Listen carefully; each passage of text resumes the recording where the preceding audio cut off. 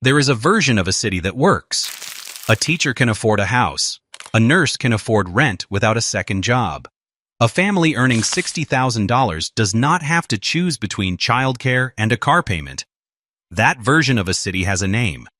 It is called a city with a middle class. In 1971, 61% of American adults lived in middle-income households. By 2023, that number had fallen to 51%, 10 percentage points in 50 years. But the national number is not where the real story lives. The real story lives at the city level, where the collapse has been faster, deeper, and more structural than any headline has managed to fully explain. Pew Research defines the middle class as households earning between 2/3 and double the local median income.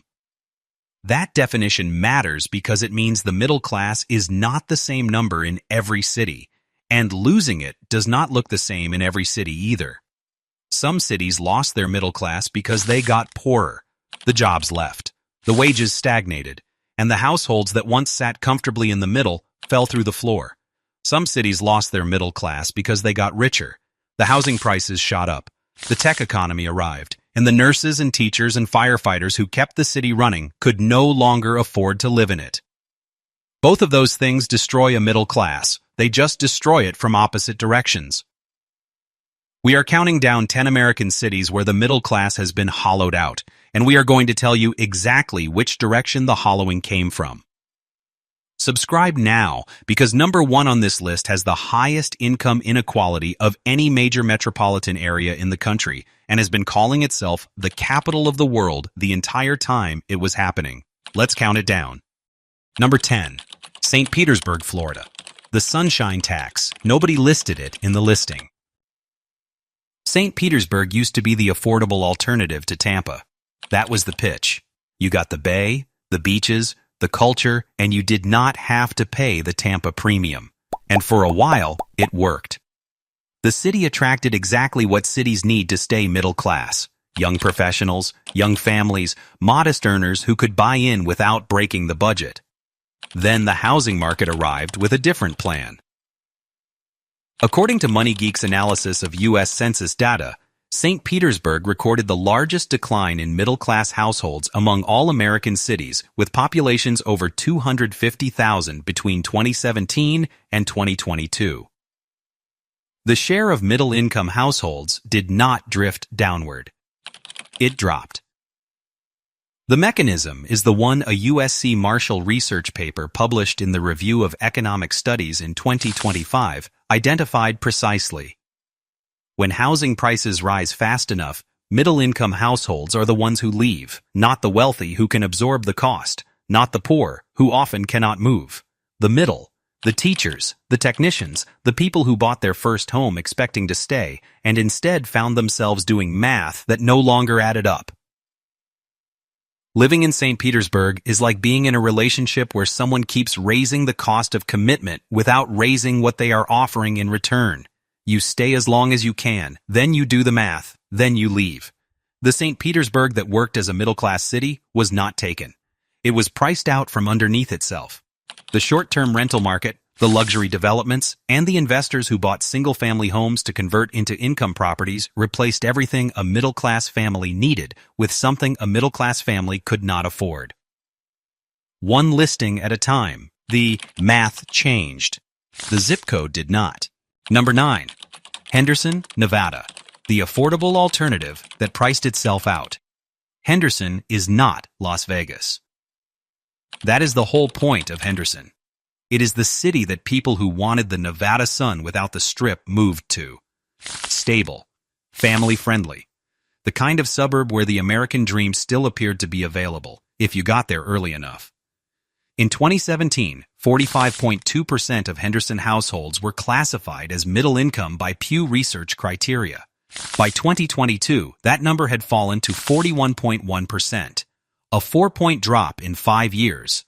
Among all American cities with populations over 250,000, no city lost a larger share of its middle class. Henderson is what happens when a city attracts exactly the people it marketed itself to and then fails to control the cost structure that made the marketing possible. Remote workers arrived from California. Retirees followed the tax advantages. The housing market reacted the way housing markets react when demand outpaces supply and nobody is paying attention. It went up. And the people it went up on were the ones who had moved there precisely because they could not afford the places with higher prices. They had already done this once. They did not have another migration in the budget, not another option, not another affordable suburb, just the math pointing somewhere further out. Living in Henderson is like getting a great deal on an apartment and then having the landlord raise the rent every year until the deal is no longer a deal and you are paying for a memory of affordability that the zip code no longer supports. The Nevada sun is still there.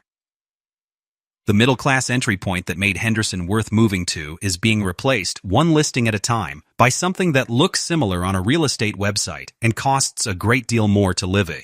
Inside. Number 8. Cleveland, Ohio.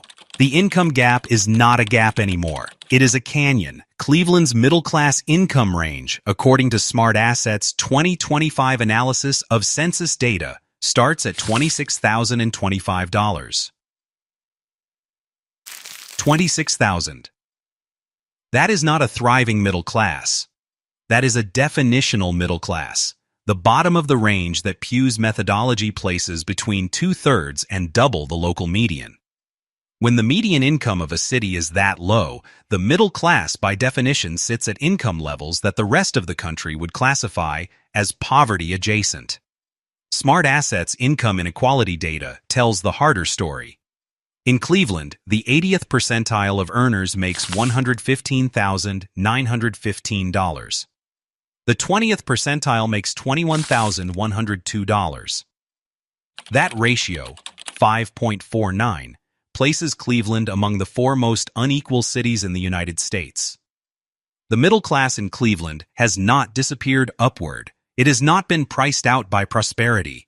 It has been hollowed out by the departure of the industries that created it, the absence of replacement employment at equivalent wages, and a tax base that cannot fund the infrastructure middle-class families need to stay. The manufacturing economy that built Cleveland's middle class from the 1920s through the 1970s is gone. It did not leave a forwarding address. What it left was a city with nearly 5.5 times the distance between its rich and its poor, and a median income so low that being technically middle class here means earning less than what federal subsidies allocate per student in many suburban school districts elsewhere. The city has made genuine investments. The medical sector has grown. Downtown has seen real development, and the income gap between the top and the bottom of the city is still 5.49 to 1. Progress and polarization are not mutually exclusive. Cleveland is proving that. Living in Cleveland is like inheriting a house that was once the nicest on the street and realizing the neighborhood changed around it. The maintenance costs kept climbing, and the market value of everything you built your life around was quietly reassessed while you were not looking. Not a dramatic collapse, a structural one, which is harder to recover from because there is no single event to point to and no single decision to reverse. Just a long, documented, well-understood drift that nobody has found a way to stop. Number 7. Memphis, Tennessee, the most unequal major city in America, still waiting for the conversation to match the number. There is a fact about Memphis that belongs at the top of every civic conversation in that city, and has never quite gotten there. Memphis has the highest income inequality ratio of any major American city. That is not local commentary. That is Smart Assets' 2024 analysis of U.S. Census Bureau data. The 80th percentile of Memphis earners makes $119,667. The 20th percentile makes $21,493. The ratio is 5.57, the highest in the country. What that number means in practice is that Memphis has 2 cities inside one set of city limits. There is the Memphis of the established professionals, the healthcare executives, the FedEx employees, the people who live east of the city and in the surrounding suburbs. And there is the Memphis of the rest, the neighborhoods where the poverty rate runs above 30% and the median household income sits well below the city's already low overall figure. The middle connecting these 2 Memphises, the teachers, the middle managers, the working families who are neither struggling nor flourishing, has been thinning for decades. Between 2013 and 2023, the city lost nearly 40,000 residents. Nearly 40,000. Not a rounding error. A city within the city, gone. The people who left were disproportionately middle income. The ones with enough resources to make a choice, and not enough insulation to stay comfortable without one. The city has built things. It has attracted investment. The Grizzlies are still there, and the highest income inequality ratio in the country is also still there, unchanged, undiscussed, and producing the same outcome it has always produced.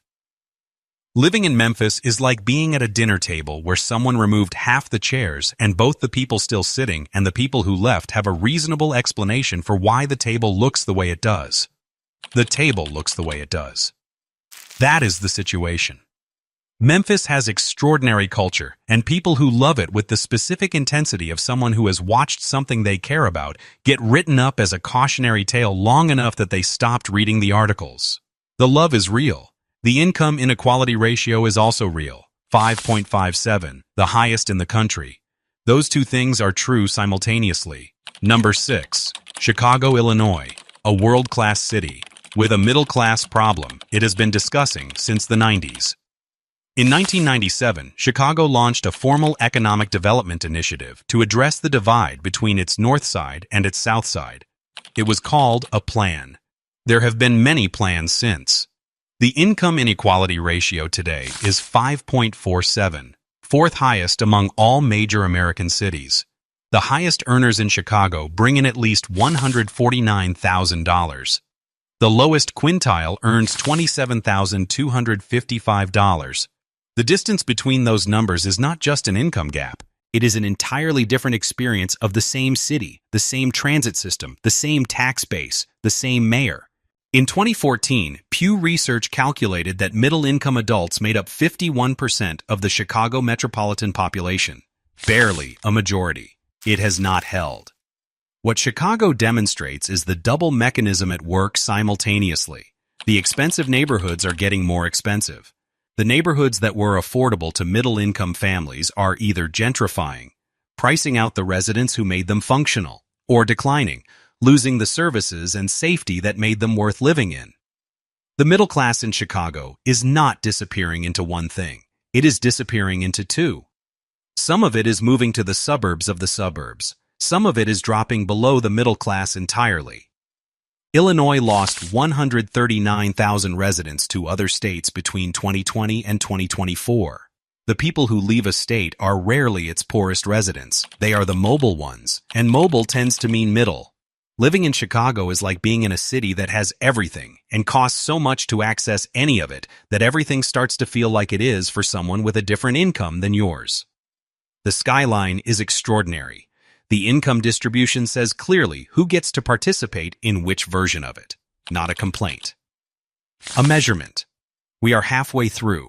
The 5 cities ahead are where the middle-class collapse is most dramatic, most documented, and in some cases, most deliberately ignored by the people in a position to address it. Subscribe if you have not already. Number 1 has been calling itself the capital of the world the entire time it was recording the highest income inequality of any major metro in the country. We are going to look at what that actually means. Keep watching. Number 5, New Orleans, Louisiana. The middle class did not just leave. A Category 5 made sure it could not come back. Before Hurricane Katrina made landfall in August of 2005, New Orleans had a middle class. It was imperfect.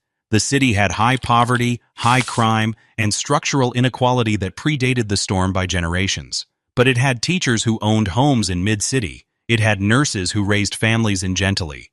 It had the particular working middle class that is built on stability, on the assumption that your neighborhood will still be there, on the knowledge that your investment in place is not going to be underwater before the decade is out. Katrina washed that assumption away literally and permanently for tens of thousands of households. The Brookings Institution's 2025 analysis found that New Orleans ranks at the bottom among the 50 largest U.S. cities for intergenerational economic mobility. Last place, among 50 cities. The data center confirmed in its 2025 New Orleans index that the metro now has 10% fewer jobs and 7% smaller population than in the year 2000. That is not recovery. That is structural contraction with a tourism economy sitting on top of it, doing the work that a diversified economy used to do. The city's black middle class bore the most specific loss. 538 documented the pattern in detail. The city's black population fell by nearly 100,000, and the decline was concentrated in middle-income households, the ones with enough resources to leave after Katrina and not enough certainty about the future to justify coming back. Not enough certainty. That is the phrase. Because it was not that New Orleans had nothing to offer. It was that what it offered could not compete with the certainty of staying gone. The poverty rate in New Orleans stands at 22.6%, nearly 1 in 4 residents below the poverty line. Over half of working-age adults are housing cost-burdened. Real wages in Louisiana fell nearly 3% in real terms between 2021 and 2023. Living in New Orleans is like loving a place so completely that you stay even when the math says you should not. And then watching what you stayed for slowly becomes something that exists for people who have not earned it and cannot sustain it either. The culture is extraordinary and genuine. The structural economics of what replaced the middle class are neither. Number 4. Los Angeles, California. A city that decided real estate was an asset class. Then forgot it also has to be a place people live. The research is specific. Andriy Parkhomenko's study, published in the Review of Economic Studies in 2025, analyzed U.S. Census and American Community Survey data from 1980 to 2019, and found that a doubling of house prices in a city is associated with roughly a 1 percentage point drop in the share of middle-skilled workers and a 2-point rise in the Gini coefficient. Los Angeles has not had housing prices double once. It has had them double across multiple cycles in different neighborhoods until the process became self-reinforcing. According to Smart Asset, the income range for the middle class in Los Angeles runs from approximately $55,000 to $165,000. The problem is not defining the range. The problem is that the housing market requires something closer to the top of that range just to enter as an owner anywhere near employment centers.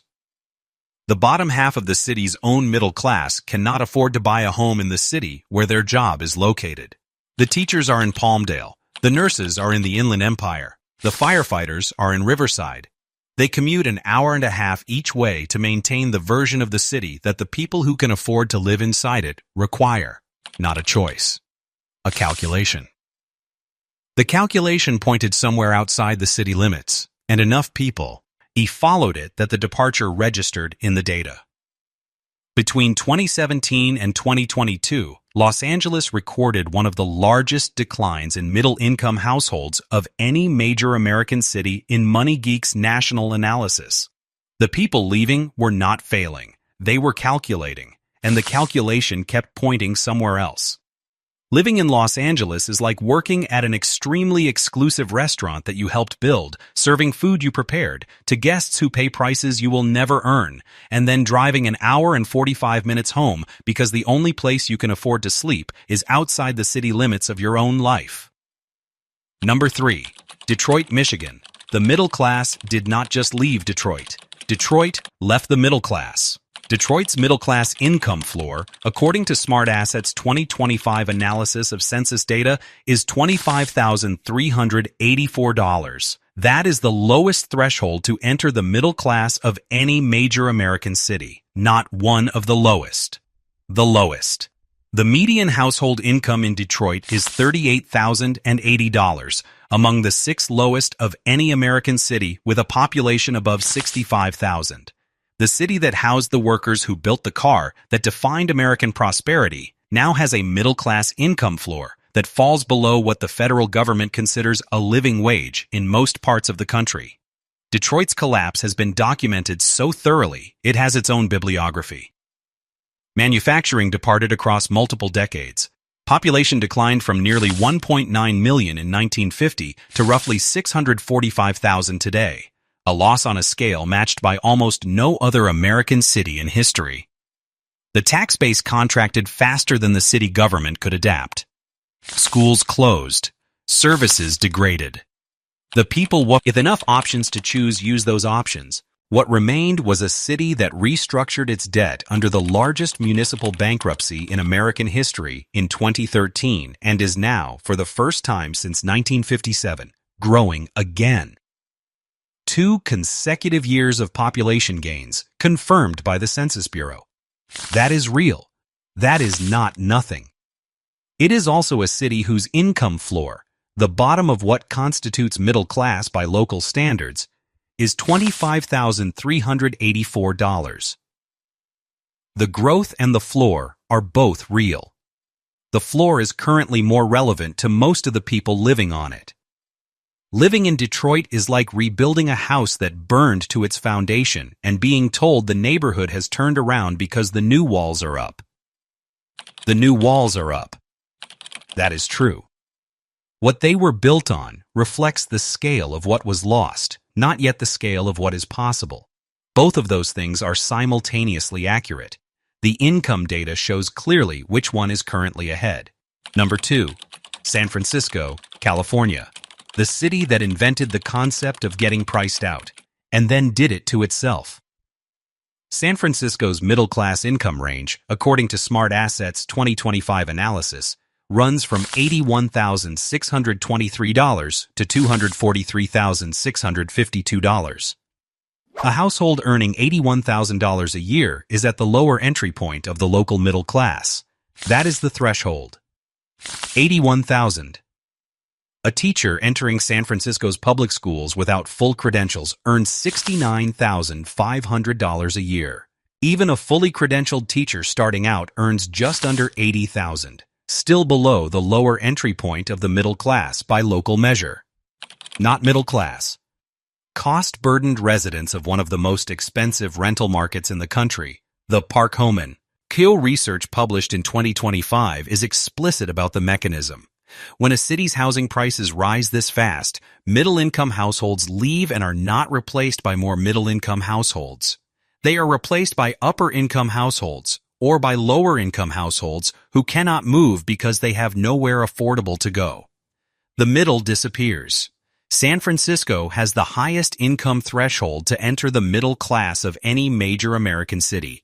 It also has one of the most concentrated unhoused populations per capita in the country. Those two facts are not unrelated. The absence of a functioning middle class is not a footnote in that story. It is the story. Living in San Francisco is like being in a city that priced out its plumbers and its paramedics and its public school teachers and then expressed genuine surprise when the pipes started to leak. The ambulances took longer, and the schools started to struggle for qualified staff. The surprise is unconvincing. The math was always visible. The city is extraordinary. Its income distribution is a lesson in what happens when a place treats real estate as a financial instrument for long enough that it forgets the instrument also has to function as somewhere people of different income levels can make a life. San Francisco forgot. The data has been documenting that for 2 decades. Number 1. New York City, New York. The highest income inequality of any major metro in the country, and it never stopped calling itself the capital of the world. New York City has the highest Gini coefficient of any major metropolitan area in the United States. That is the Census Bureau's own measure of income inequality, from 0, meaning perfect equality, to 1, meaning one household holds everything. New York has held that ranking for years. It has not treated it as a problem requiring urgency. It has treated it as a feature of complexity. Pew Research calculated that middle-income adults make up less than half the adult population of New York City. Not a specific neighborhood, not a single borough. The city overall, less than 50%. The mechanism in New York works in both directions simultaneously. The top of the market has never been higher. There is more concentrated wealth in certain blocks of Manhattan than in many countries. The bottom is being pushed further from the neighborhoods where their labor is performed. further geographically, further economically, further from any realistic path toward the kind of stability that defines membership in the middle class. The middle, the category that is supposed to hold a city together. The people who are neither struggling nor flourishing, the ones who vote and volunteer and stay because they built something worth keeping, is smaller in New York than it has been in living memory. The city's housing costs have not just displaced the poor. They have begun to displace the upper middle. Households earning $120,000 a year who are classified as middle class by local Pew standards, but who cannot afford a two-bedroom apartment in any borough without spending more than 40% of their pre-tax income on rent. Living in New York is like running a marathon on a track that gets longer every mile. The effort is the same. The finish line keeps moving, and the people who designed the track are watching from a skybox purchased with the proceeds of keeping it exactly this length.